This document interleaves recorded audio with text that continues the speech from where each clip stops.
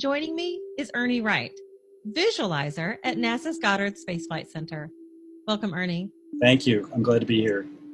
So give us a brief summary of your multimedia background and your role today at Goddard.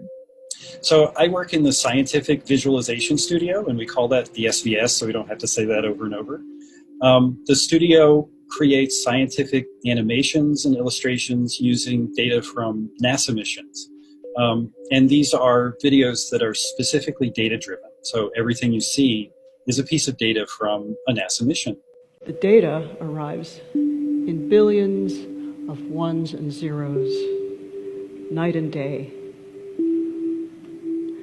And they're transformed by the Scientific Visualization Studio into animations.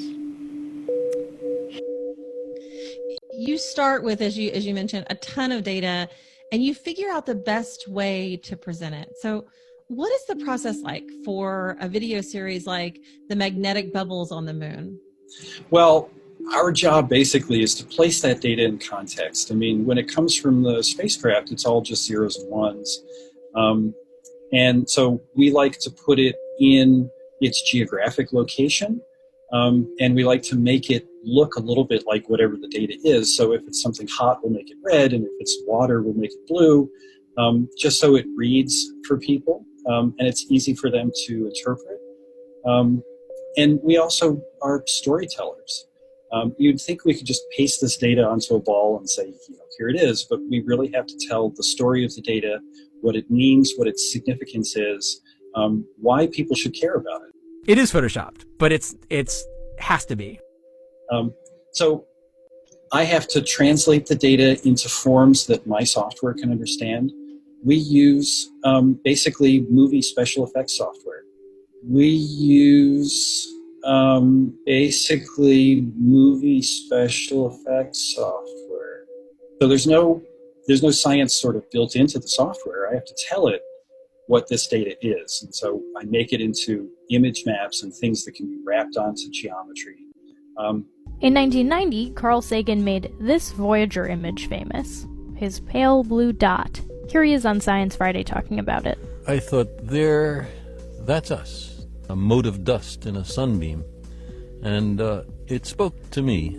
It underscored the tininess, the comparative insignificance of our world and ourselves.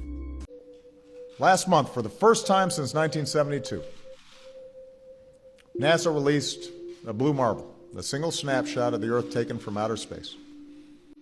Then in 2002, Blue Marble 2.0. NASA's Rob Simon made this. And it had wide appeal too. For example, it ended up as the default background on the iPhone. I didn't even know until I bought an iPhone and turned it on and kind of did a little happy dance.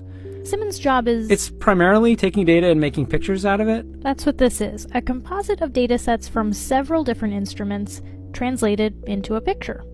The data arrives in billions of ones and zeros, night and day. And they're transformed by the Scientific Visualization Studio into animations.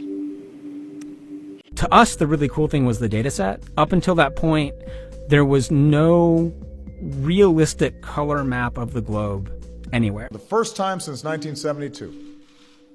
There's a small problem with it because there's a very slight gap in between each orbit. So some of those are painted on. It is photoshopped, but it's has to be. Then there was another layer to sort of simulate the atmosphere. And then there's this little bright spot. It's called the specular highlight. So it's the reflection of sunlight off of water. Those are the pieces, but you can't just slap them all together. It just didn't look realistic. It looks kind of flat. Just didn't look realistic. It looks kind of flat. I just hit Command Z a lot. There's artistry to creating the world. What I imagine it to be. Unfortunately, I'm not an astronaut.